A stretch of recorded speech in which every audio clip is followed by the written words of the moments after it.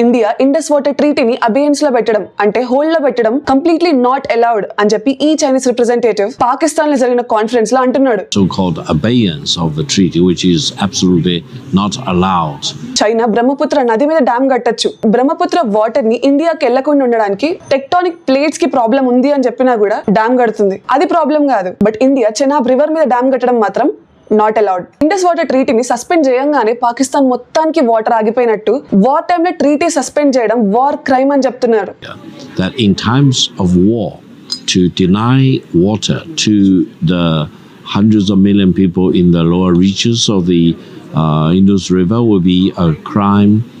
Will be a war crime. అసలు ఈ ట్రీటీని hold లో పెడుతున్నాము అంటే కంప్లీట్ ఓవర్ నైట్ లోనే వాటర్ ని మొత్తం కట్ చేస్తున్నాము అని కాదు, ఆ వాటర్ పైన డేటా షేరింగ్ స్టాప్ చేస్తున్నాము అని. అసలు బేసిక్ ఫౌండేషన్ మాట్లాడుకుంటే మనకు ఆ కంప్లీట్ రివర్స్ పైన పర్ఫెక్ట్ ఆర్కిటెక్చరే లేదు, మనం బిల్డ్ చేసుకుంటున్నాం. ఇదే మాట యూనియన్ జల్ శక్తి మినిస్టర్ సిఆర్ పాటిల్ గారు కూడా రీసెంట్ గానే కన్ఫర్మ్ చేశారు. చుక్క నీరు కూడా పాకిస్తాన్ కి వెళ్లకుండా ఆర్కిటెక్చర్ బిల్డ్ చేసుకుంటున్నాము అని రిపోర్ట్ చేశారు. అసలు ఇట్లా వాటర్ ని హోల్డ్ చేయడం క్రైమ్ అగేన్స్ట్ హ్యూమానిటీ అని తను అంటున్నాడు.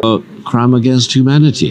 So this is very serious. మరి ఇండియా పైన జరిగిన టెర్రరిస్ట్ అటాక్స్ యాంటీ హ్యూమానిటీ కాదా? 26/11 ముంబై అటాక్స్ లో 166 మెంబర్స్ చనిపోయారు. అది అగేన్స్ట్ హ్యూమానిటీ కాదా? 2019 పుల్వామా అటాక్ లో 40 సిఆర్పిఎఫ్ జవాన్లు చనిపోయారు. అది యాంటీ హ్యూమానిటీ కాదా? లాస్ట్ ఇయర్ 2025 పహల్గామ్ అటాక్ లో 26 మెంబర్స్ ని చంపేశారు. అది అగేన్స్ట్ హ్యూమానిటీ కాదా? ఇవన్నీ ఏ ఫారెన్ కంట్రీకి కూడా ఎస్పెషల్లీ చైనాకి అస్సలు కనపడవు.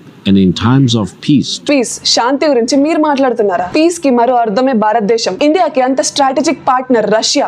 వార్ లో ఉన్నా కూడా ఇప్పటికి కూడా వి సపోర్ట్ రష్యా అని చెప్పలేదు, మేము వి స్టాండ్ ఫర్ పీస్ అని చెప్పినాం. చైనాకి నిజంగానే పీస్ కావాలి అంటే పాకిస్తాన్ కి అడ్వైస్ ఇవ్వండి, టెర్రరిజం ఆపేయమని చెప్పి. ఇట్లా ఇంకా చాలా క్లెయిమ్స్ చేశారు. నెక్స్ట్ వీడియోలో వాటి గురించి మాట్లాడుకుందాం. మీకు మా కంటెంట్ నచ్చితే ఫాలో చేయండి. జై హింద్.